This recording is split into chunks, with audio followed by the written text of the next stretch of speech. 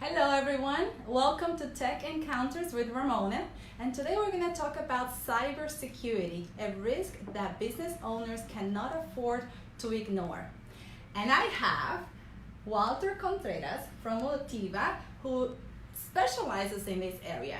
Motiva helps companies, business owners, keep their data and processes secure, and Walter's going to tell us everything about that. Everything. Everything. Thank you so much, Walter, My for being here pleasure. today. Thanks for having me. I really appreciate that. Thank you. And I know your company is in Long Island. You service at the Tri-State area, but thank you for coming all the way here to meet us today. It's my pleasure. Thank you for having me. Looking forward to it.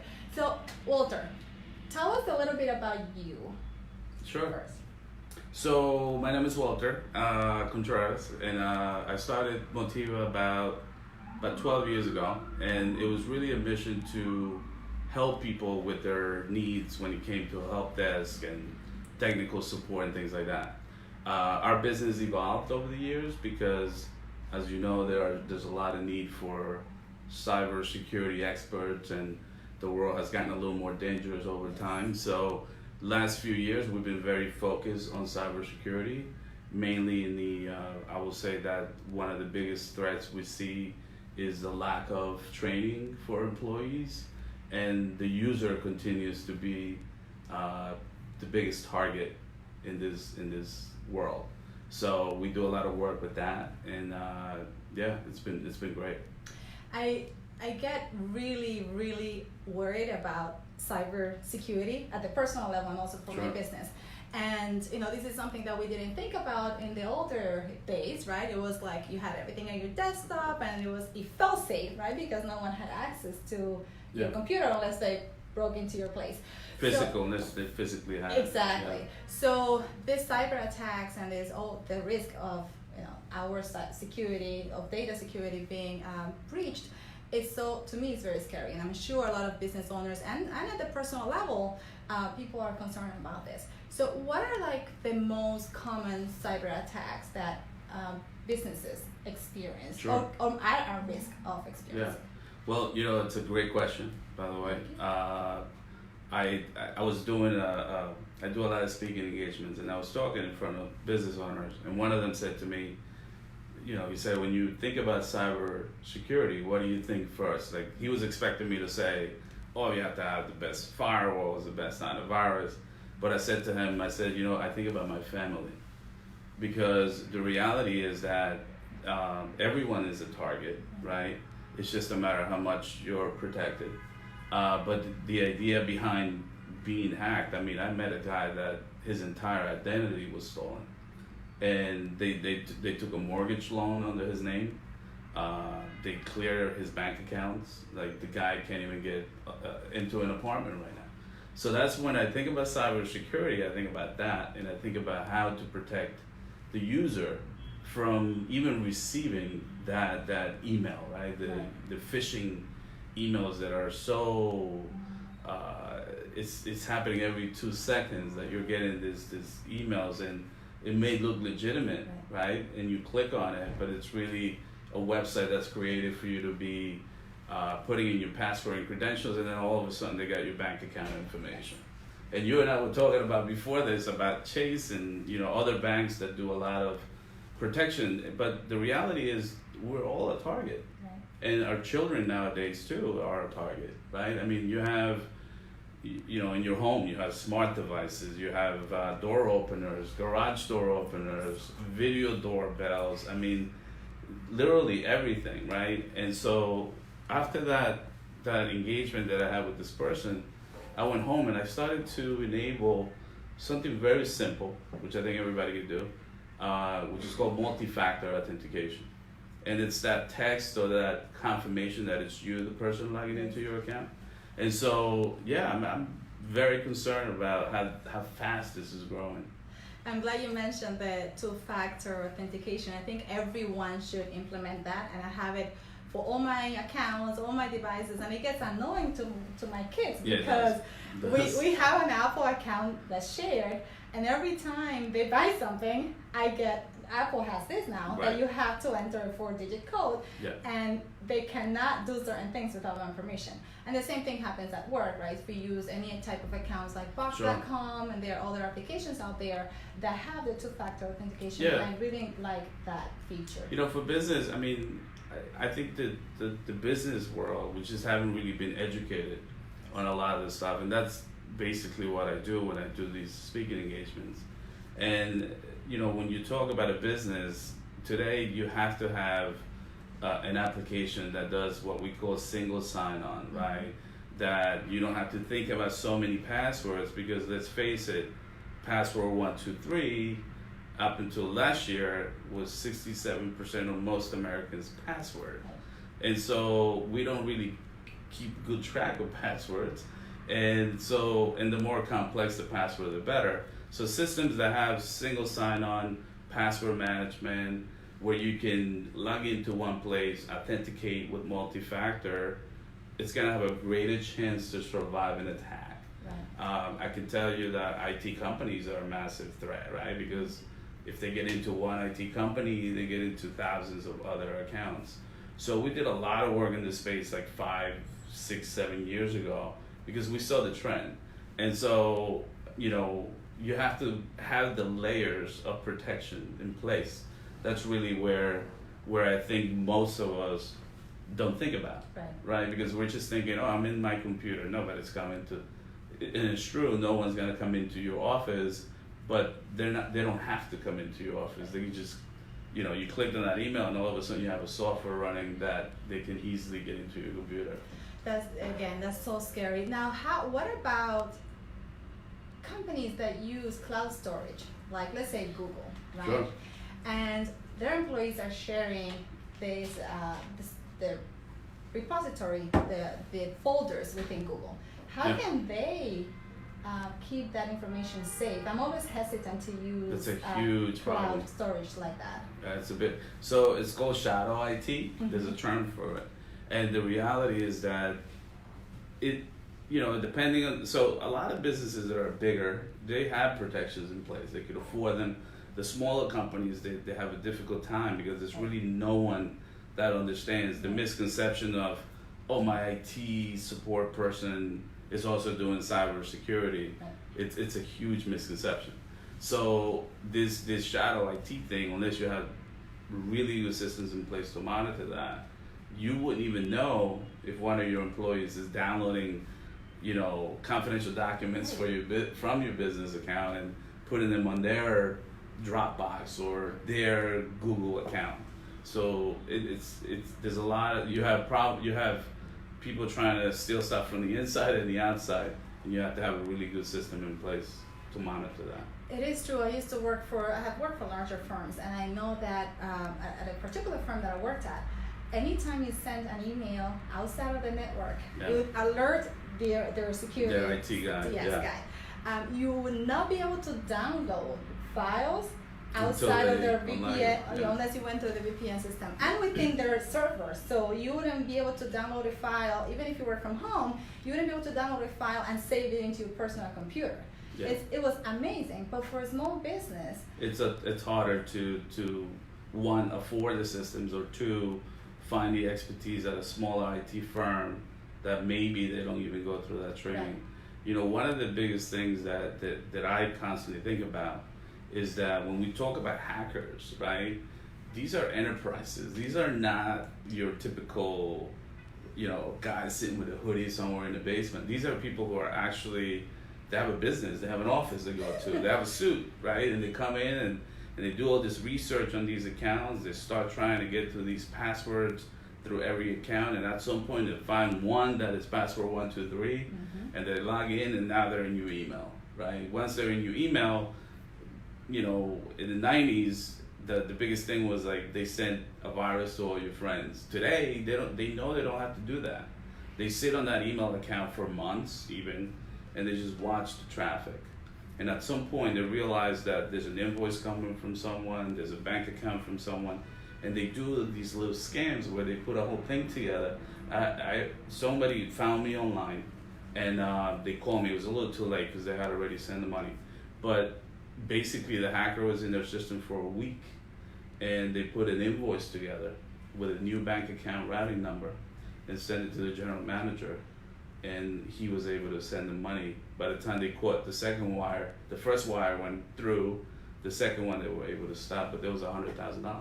So for something like that, I believe, and I want to believe, can be prevented with training. Also, in addition to having the infrastructure to prevent the issue, you also can train your staff. I'm big on the employee. Like, I attack the employee first, because to me, I mean, yeah, of course you have to have good spam filters, good firewalls, and things like that, and we always do that. But at the end of the day, is the employee making the decision to do certain things? Right. That's my biggest concern. So we have a whole platform to train people on these things. We actually do that proactively. Right, so it's on the employee after they have received the proper training from their managers. Okay, yes, it's one of my employees received the other day an email that said, it was from me, and it said, "Can you run an errand for me?" This is that Best Buy scam? Real life example. Listen, so she forwarded it to me, and she said, "I received this strange email." And they are very well trained here that anything that looks odd, to confirm with me. We confirm everything anyways via text or as a follow-up. So I think the training goes a long way, in addition to having a good policy, right? So there should be policies in place on how to handle these things. 100%, yep. Plus so for small businesses, what can they do? What does Motiva does for if you work with small businesses? And I know that, cybersecurity goes from the individual, like us, we're talking about banking, small businesses, large corporations. Recently, I heard a few months ago, I think Monroe College was affected by a cyber attack, and it was really scary. The students were out for a couple of days because they were in that situation. So larger firms, and you probably know of a lot of cases, are at risk, but the small businesses, how can they prevent some of this, or what kind of support can they get? It is highly preventable. I won't sit here and tell you that you can stop cyber threats 100%, but you could do a really good job of protecting your business. Like if you have certain systems in place. And let's talk about the human aspect of it, right? Because that's where it's going to start. I mean, most businesses, they buy new furniture, new computers, but they never really think about training their employees. So, and I find that a lot in smaller businesses, that they're just trying to do things and they're not worried about the employees' training. I happen to start there first, because I think that's the biggest one. That's a good 50%, right? Because they're going to question it, like your employee. They're going to say, "Oh, this email is weird. Did you send me this?" The second piece where they can start is to get a risk assessment. There's a lot of, look, if you're an insurance broker or a mortgage banker, you actually have to comply with the law, right? There's a cybersecurity law within New York State for the Department of Financial Services. So there's compliance that you have to worry, and the truth is, you have to start somewhere. And the only way to start is like you going to the doctor. You have to get a risk assessment. You have to find out what's going on. Very good point. So one of the services that we provide is tax planning. And as an accounting firm, and the IRS also has a requirement that for tax preparers, they must have a cybersecurity policy in place. Yep. And we have to attest to the fact that we have that every time we log into certain websites. So I think it's very important to have that, to have that, even if you're not required to comply with the regulatory agency, but you have to have it for internal use and share with your employees and train them. So if something does go wrong, there is a cyber attack or there is a threat via email, but let's forget, the email is the easy one. Like, read it, you train the employees, you don't click on links that you shouldn't click on. But if something does happen where your data is compromised, what is the best response to that? I'll tell you, and it depends, right? It depends on the business. So a smaller business or a business that has moved to the cloud, they don't really think about backing up the cloud. They think the cloud is magical and all of a sudden the files are going to reappear. But the truth is, even on the cloud, you should have some sort of a redundancy backup to back up your cloud, because you can even accidentally delete stuff.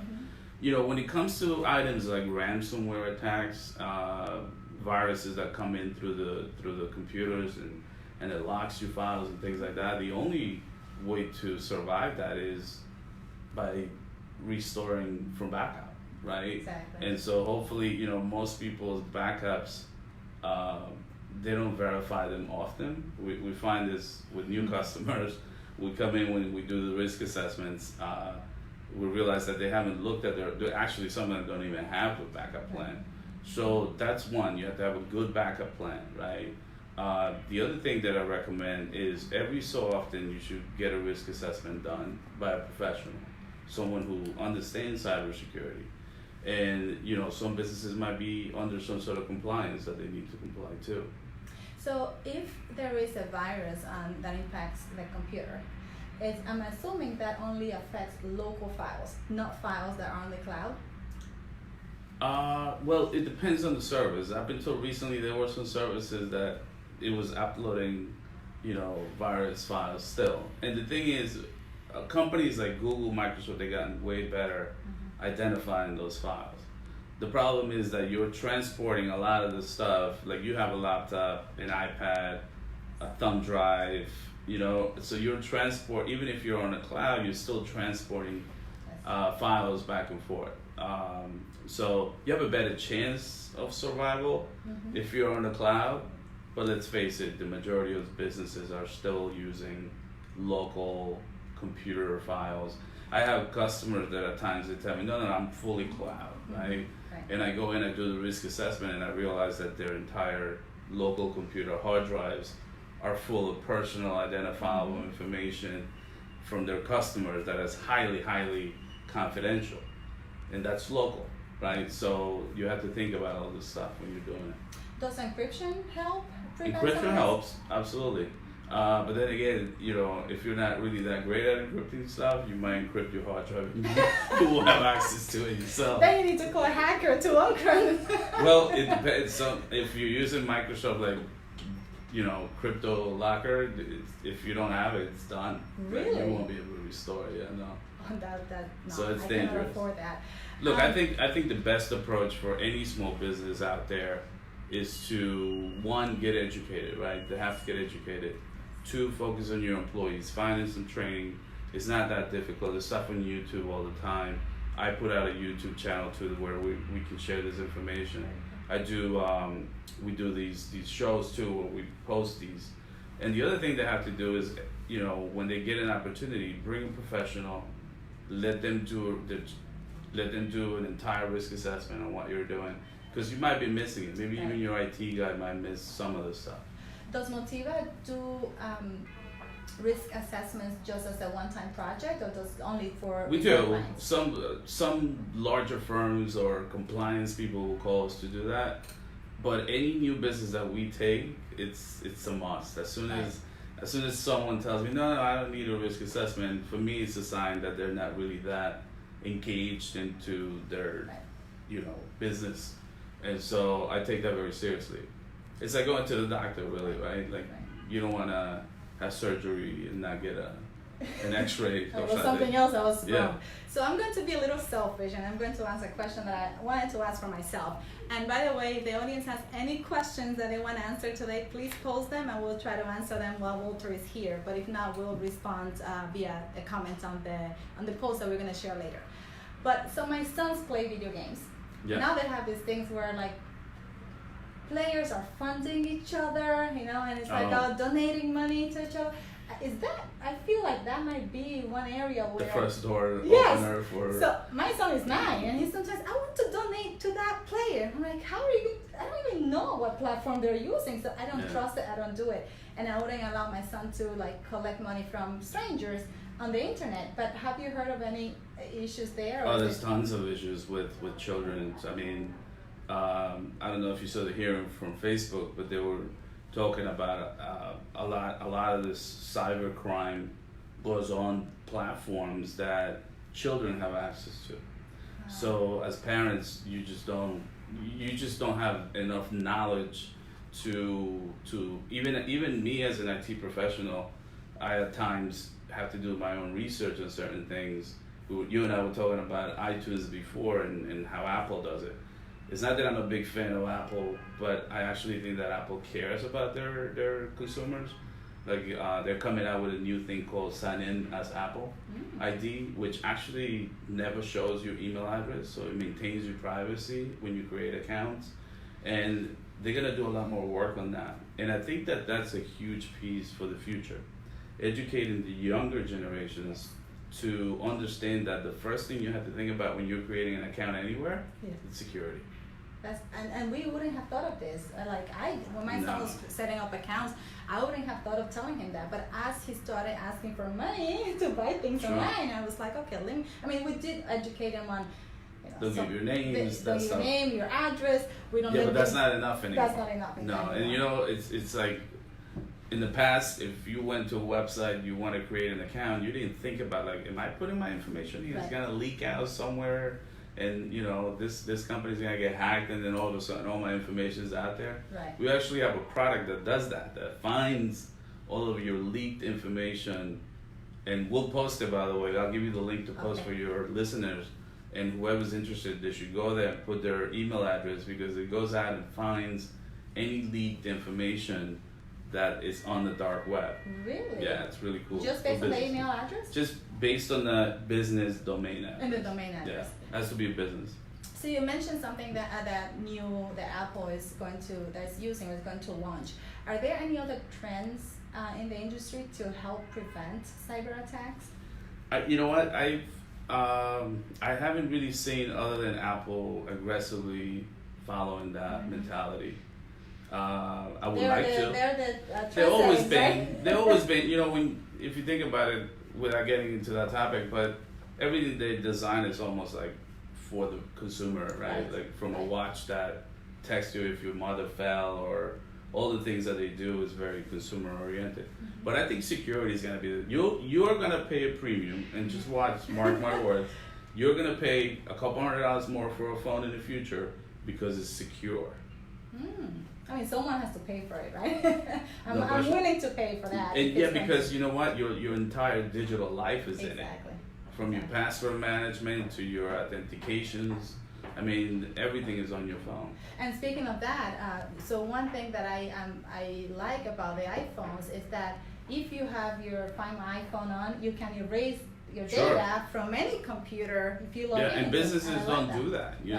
I think about businesses that give their employees access to the data, right? But they never had them sign a bring you on device policy, and then they want to try to delete that data, and actually doesn't belong to them anymore. Exactly. It's on the person's phone. So of some of the cybersecurity attacks that happened over the last few years at large firms, was there one that you weren't like, that was so silly, that could have been preventable? Target. So tell me, I heard about the Target one. They actually sent me an email. I don't remember why. I think I had just purchased something there. So why do you think that was something that was totally unpreventable? Well, Equifax and Target. Equifax was more resounding to me because the hackers were in it for such a long time. And they have such a sophisticated systems, and they weren't able to know that they were there. Right. So that was a big one. But the Target is a great example of how it's not even going to be you the one getting hacked. It was actually a person who did the AC, the air conditioning systems, laptop, that had an infection. So when the guy went into the network, he plugged in to the network, and I guess their policies allowed that. You could block that, but the guy got connected his laptop, and that's how they got in. But does that mean that the laptop itself didn't have the right? Yeah, but he was a vendor, so they didn't check him. Oh, so it goes even. It was someone else's fault, and that's gonna happen in your life and in your personal life and professional life. I actually worry more about what could happen to me personally, because all of our lives are attached to some sort of a digital thing, right? Your bank accounts, your retirement plans. All this stuff it's a username and password, a way to go, right? Yes, I have so many checkpoints for my personal stuff, because it's you can lose everything. We use keys. We actually, there's these tiny encrypted keys called Ubico keys, and I'll post a link on there too. And you could just go to Google and activate that key, and every time you're putting in a password, You have to put the key in it. It's a great thing. Actually, Google was the first one that really pushed it. And out of their 120,000 employees, no one reported a hack for a year, and they were getting hacked like every week. Right. So that means that these functional keys in the future will be a way to go for businesses and personal. And this works on computers. It works on computers. It actually has some Bluetooth enabled and NFC too, so you can just tap on the phone. If you're accessing your bank account on your phone, right, you can just use the key for that too. It's really, really cool technology. You say you're gonna post. Yeah, I'll give you the links so to post them, yeah. I want to look that up. Anything related to security, I'm all for it. You mentioned that you have a YouTube channel. I do, videos and I'll send you the link too. Okay, I would like to post that. We post a lot of like training videos. We just educate people on stuff. Whenever there's a new threat going on, we actually post right away because we want people don't click on that, don't update that. Yeah. So I'm gonna put you on the spot now. Run my house for security. I am probably obsessed with that thing. I was gonna say because there is a saying in Spanish which I can't translate right now, but it's something about like the shoemaker, the shoe repairer, always uses shoes for last. So, I'm obsessed with it from the customer protection perspective. Like, we were the first IT companies that understood that we had threats even inside of our organizations. Like, my employees, to get into a customer's computer, they have to go get a key. It's encrypted, and it will last only 24 hours. So even if I fire someone in my group or someone left, they don't have, like, customers call me and say, "What, can you give me the password?" We don't have any passwords. They have been encrypted, and they die every 24 hours. Wow. So I always thought about that, from the beginning, because I didn't want to, one, run the risk, and two, put my customers at risk. But me personally, I use Dashlane, which is a great password manager. I also use it for my documents that I can put in there securely. You can encrypt them, so anything that you have scanned, maybe like your corporation papers or something like that, I scan them and put them in there securely, and that's that thing is highly secure. You will have to go through 3 different layers to open it. Wow. Right? So, and I use the Ubiquitous key for accessing our systems. Okay. And we have only one system. It's called a single sign-on. We use a product called Okta, which is very, very well known. And when you log in there, you have access to all your stuff. Right. But in order to get in there, you can only do it from certain places with the key and your phone. Wow, I want to hire you already. I love it. And we talked about this before. It's not only because you're here on the show, but I really appreciate everything that you have shared with us. Do you have, and the time always goes faster than we think, and this topic is, to me, it's really interesting. It's hours. It is, yes. We can cover so much. But do you have some final tips for business owners or individuals that they can, and we talked about a lot of this, but kind of in closing, like some things tips that you can share? 100%. So individuals, I will say, use a password manager like Dashlane. It's a really good one. Just go to dashlane.com. We'll post the link as well. For businesses, get started with a risk assessment. If you don't know anybody, I'm going to post my phone number and email address too. If you want to reach out to me, you have further questions, I'll be more than happy to answer them. Thank you. And I do know Walter from for a long time now, and I know that you take pride in being responsive and caring for the customer. So I highly recommend you, of course. Thank you. And his company. He has an amazing team. I know that you have good processes in place, and have been in business for many years. So give him a call. We'll post the information so you can contact him. But thank you so much for being here, Walter. I enjoyed this so much. Me too. We gotta do it again. Yes, we need to have part 2 for 2 hours. Thank you, and best of luck with everything.